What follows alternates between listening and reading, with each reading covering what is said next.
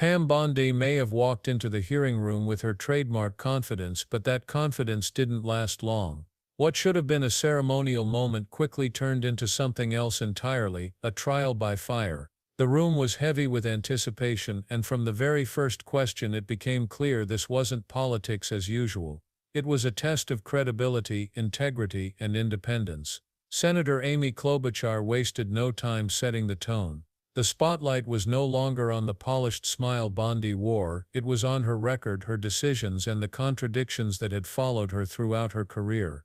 The stakes couldn't have been higher. The Department of Justice wasn't just another agency, it was the country's guardian of fairness, independence, and civil rights, and Klobuchar was determined to find out whether Bondi could actually rise to that standard or whether she was simply another partisan loyalist cloaked in polished rhetoric. Now, And if I am confirmed, I intend on bringing in Gail Slater. She is amazing, and I think bipartisan support for her, and did a lot of antitrust. Well, I had someone who knew antitrust much better than I when I was state attorney general, and it's very important.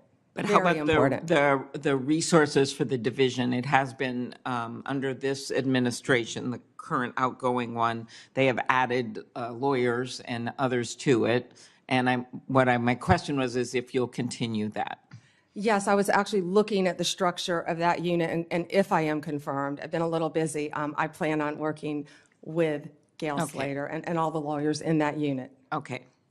And then just you and I discussed some of the important cases, the Google case, Live Nation, Ticketmaster, the Apple case. I don't know if we talked about that one, but RealPage. And will you commit to continue these cases and to pursue remedies that will fully protect consumers from anti-competitive conduct?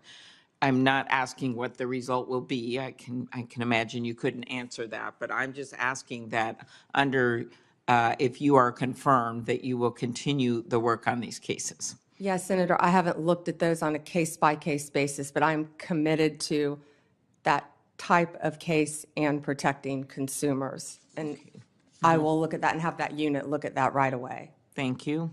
At its founding in 1870, the Justice Department's priority was to enforce civil rights. That's what was founded, the reason guaranteed by the 13th, 14th, and 15th Amendments during Reconstruction. Today, civil rights enforcement is led by the Civil Rights Division. Do you believe it is a critical mission of the Justice Department to vigorously enforce our nation's civil rights laws? Yes, Senator. Okay, thank you. Voting rights. Will you commit to properly enforcing federal laws that protect the right to vote that are critical to ensuring free and fair elections like the Voting Rights Act? Yes, Senator. Okay. We're back to the FBI nominee. Again, I express my deep concern, Kash Patel. He has vowed to retaliate against the president-elect's enemies, quote, not just in the government, but in the media, end quote.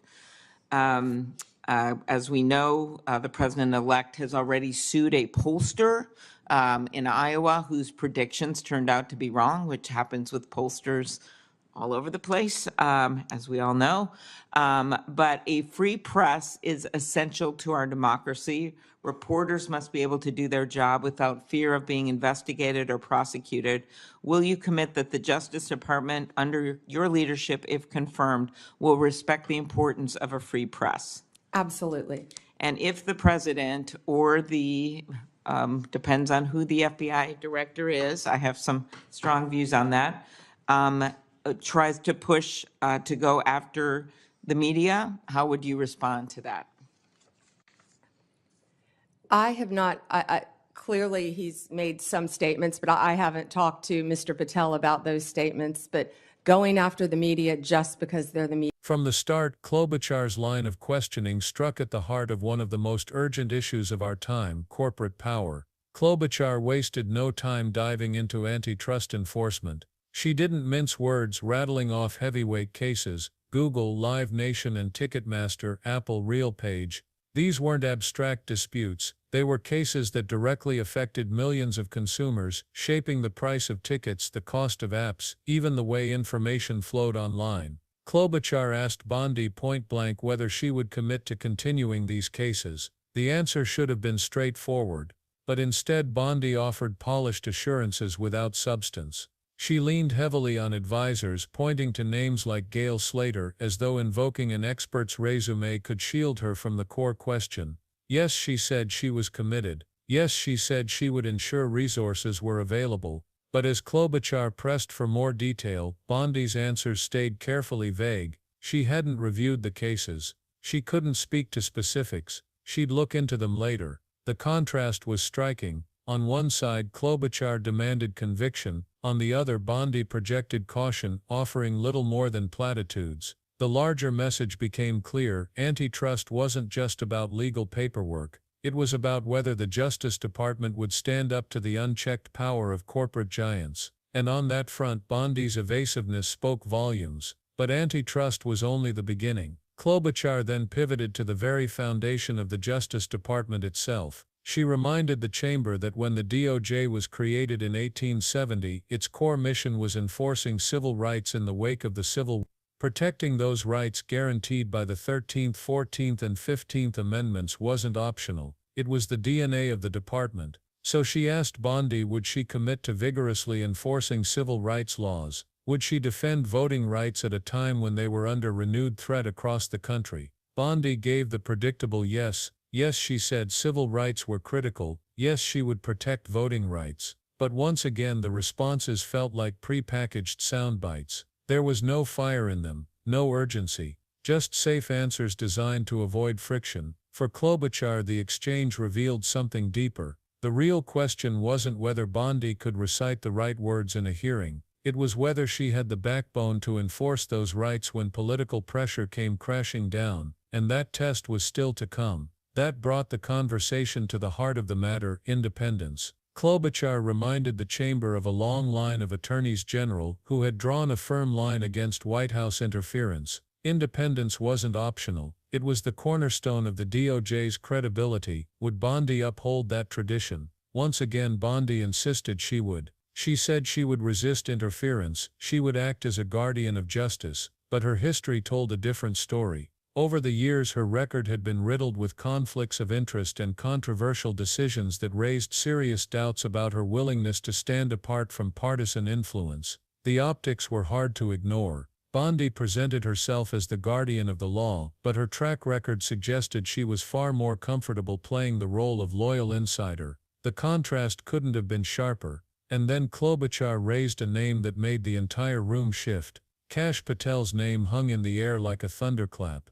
Patel had gained notoriety for radical proposals, including calls to dismantle the FBI's intelligence division and go after members of the press. Klobuchar pointedly asked Bondi where she stood on these views. Would she distance herself from such extremism? Would she make it clear that targeting journalists for doing their jobs was unacceptable? Bondi's response was telling. She claimed she hadn't seen the remarks. She said she couldn't comment. She offered evasions rather than a principled stance. For observers, the meaning was unmistakable. Bondi wasn't willing to challenge extremism within her own camp. She wasn't willing to risk confrontation, even when the issue was as fundamental as freedom of the press. It wasn't just caution, it was avoidance. And that avoidance revealed a troubling vulnerability: the unwillingness to push back against reckless ideas when it truly mattered. And Klobuchar wasn't finished. Next came healthcare, a subject with enormous stakes for millions of Americans. Klobuchar zeroed in on Medicare's newly granted power to negotiate drug prices, a reform designed to finally challenge big pharmaceutical companies and lower costs for patients. Bondi vowed to enforce the law. On paper it sounded like a commitment, but for anyone familiar with her history, the words rang hollow. Bondi had long been an opponent of the Affordable Care Act. She had fought against it, attacked its provisions, and stood firmly with efforts to dismantle it. Now suddenly she claimed to be a defender of consumer protections. The contradiction was glaring. Klobuchar highlighted the hypocrisy with precision. How could someone who spent years trying to burn down the house now claim they would guard the porch? The performance exposed something deeper than a policy disagreement. It revealed a pattern of convenience. Bondi reinventing herself when it suited her, abandoning conviction in favor of survival. If the exchanges up to this point had been heated, the conversation around reproductive rights turned the spotlight even brighter. Klobuchar pressed Bondi on the FACE Act, legislation designed to protect clinics, patients and medical staff from threats and violence. The question was straightforward: would she enforce it? Bondi said yes, but then she added a caveat: the law should also apply to pregnancy centers. At first the line sounded balanced: equal enforcement, equal protection. But in reality the equivalence was misleading. Abortion clinics had long been the primary target of harassment, intimidation, and even violence. Pregnancy centers, by contrast, had not faced anything close to that same scale. By framing them as equally vulnerable, Bondi diluted the urgency of the law and softened its focus. The answer wasn't impartiality, it was a calculated gesture to appease her conservative allies. Once again Klobuchar peeled back the veneer. The response wasn't about justice, it was about politics. By this point, the pattern had become impossible to ignore. On issue after issue, antitrust, civil rights, DOJ independence, FBI oversight, healthcare, reproductive rights, Bondi's answers were hollow, evasive, and non-committal. Klobuchar, on the other hand, sharpened each exchange into a referendum on Bondi's credibility. Every vague answer became another piece of evidence. Every evasion became another crack in the facade. What emerged was not a portrait of a fearless leader ready to defend the law. It was the portrait of someone carefully managing optics, avoiding accountability, and refusing to take firm stands when they mattered most. In the end, the hearing boiled down to one defining question: would Pam Bondi serve the public interest, or would she serve politics? Klobuchar's questioning left little doubt. The facade of independence crumbled under scrutiny. Bondi's promises felt hollow, her assurances flimsy, her record riddled with contradictions. The hearing wasn't just about one nominee, it became a referendum on something far greater: the future of the Department of Justice itself. Would it continue to stand as an independent pillar of democracy, or would it be reduced to just another partisan tool? For viewers watching closely, the choice was clear. Bondi had walked into the chamber projecting strength, but walked out exposed as a partisan loyalist pretending to be a neutral guardian.